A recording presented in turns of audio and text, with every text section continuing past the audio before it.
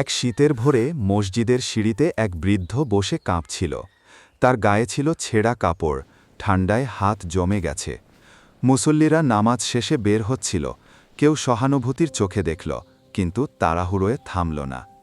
এক তরুণ দাঁড়িয়ে রইল। কিছুক্ষণ তাকিয়ে থেকে নিজের জ্যাকেট খুলে বৃদ্ধের গায়ে পরিয়ে দিল। বন্ধু বলল, তুই তো এখন ঠান্ডায় কাঁপবি।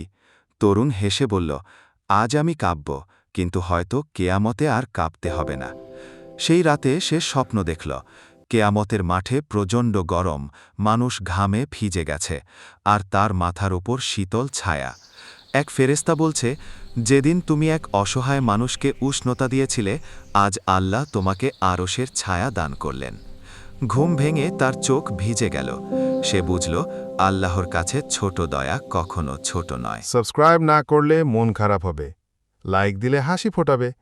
তাই দেরি করো না, আজই সাবস্ক্রাইব করো, আর ভালো লাগলে লাইক দাও।